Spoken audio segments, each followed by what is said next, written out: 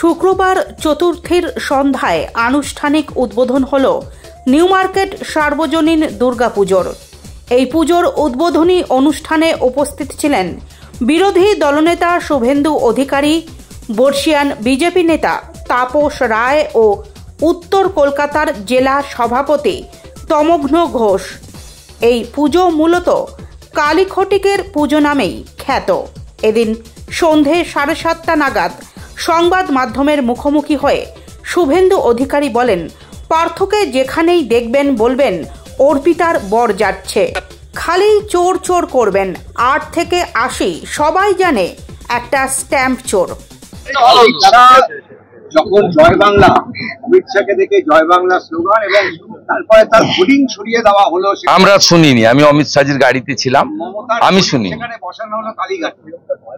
অমিত শাহর নামে যে হোর্ডিং ছিল সেটাকে সরিয়ে মমতা, শেষ বছর এপ্রিল মাসের পরে কোথায় পালাবে, কোথায় গিয়ে থাকবে, আগে বাড়ি টাড়ি ঠিক করে দেবে। এটা শেষ বছর, আমি বলে গেলাম এই অসভ্যতা আমি শেষ বছর এইটা আমি বলে গেলাম। পবিত্র জায়গাটাকে অপবিত্র করলেন কেন? কেন অপবিত্র করলেন?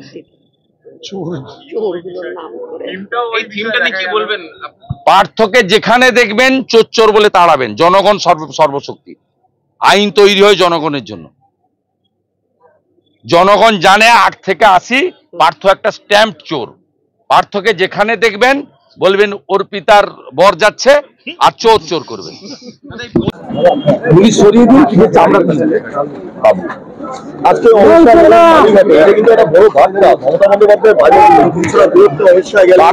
কিছু নেই, কালীঘাট আমাদের আস্থার জায়গা। আমরা সরকারে এলে কালীঘাট, দক্ষিণেশ্বর, তারাপীঠ, মদন মঞ্জুর মন্দির, ঠাকুরনগর, ঠাকুরধাম কোনো অন্যভাবে সাজানো। এটা মোদীজি গোটা ভারতবর্ষ করে দিচ্ছে। মেধাধাম, বদ্রীধাম, উজ্জয়িনী, মহাকাল, বেনারস একইভাবে সাজাবো। ভারতের সংস্কৃতি এগুলো আস্থার প্রতীক।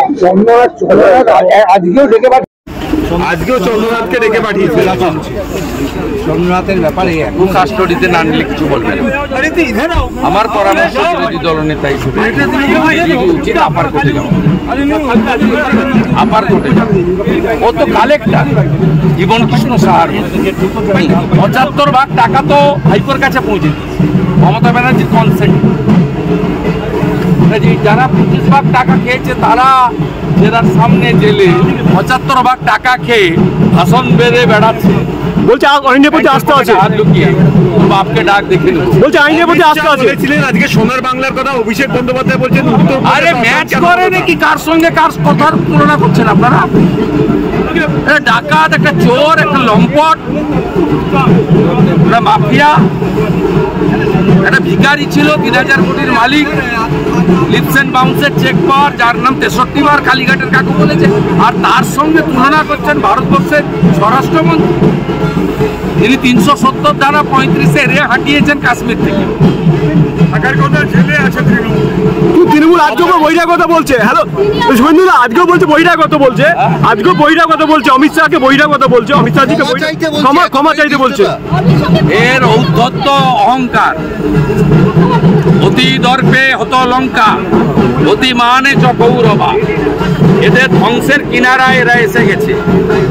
4-5 মাস পরে কোথায় পালাবে, কোথায় থাকবে ঠিক করুক। পুলিশ সরে গেলে না জনগণ এর পিঠের চামড়া রাখবে না। যে কোটি কোটি টাকা দিয়ে যাও বাড়িগুলো তৈরি করতে না, ইট খুলে আনবে। আমি বলে দিলাম, দেখবেন, আমরা বলছি না, এটা হবে পরিণতিটা। একটা পোস্টার লাগাতে দিচ্ছে না, তুমি কিন্তু একটা পোস্টার। আমি ভাই ডোম জুড়ে যাচ্ছি। এর আগে 2 বছর আগে আবার পুজোতে হামলা করেছিল, আমি আবার ওখানে যাচ্ছি।